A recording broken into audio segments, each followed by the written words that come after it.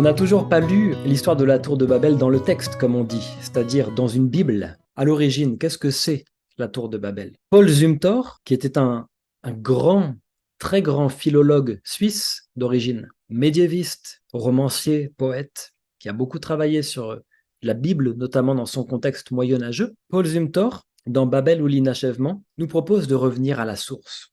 Et c'est ce que je vous propose de faire ce soir. C'est une immersion, les amis, que je vous propose dans cet atelier. On va repartir en arrière, c'est un voyage. Qu'est-ce que c'est Babel à l'origine, nous dit Paul Zumthor?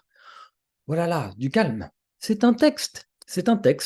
Genèse, chapitre 11, versets 1 à 9, pour être précis. Et oui, avant de soliloquer, avant de partir dans des grandes interprétations, avant de prendre un contre-pied en disant qu'une punition est bonne pour nous, peut-être qu'il faudrait revenir à la base et dire l'histoire de la tour de Babel. D'abord, c'est un texte qui fait partie d'un corpus, la Bible, et qui fait partie d'un chapitre, la Genèse, et on va étudier ce texte pour commencer, pour essayer un petit peu de voir ce que ce texte dit.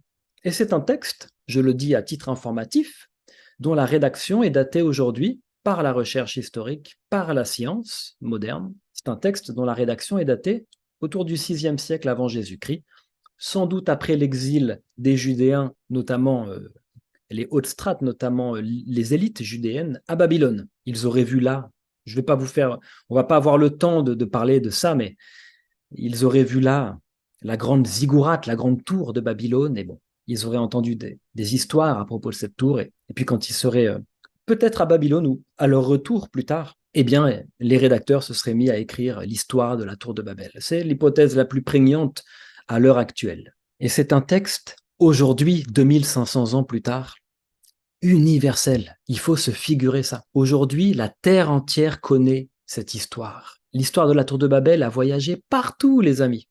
Et pourtant, c'est un texte qui fait à peine, en moyenne, en fonction de la langue dans laquelle il est écrit ou traduit, à peine 230 mots.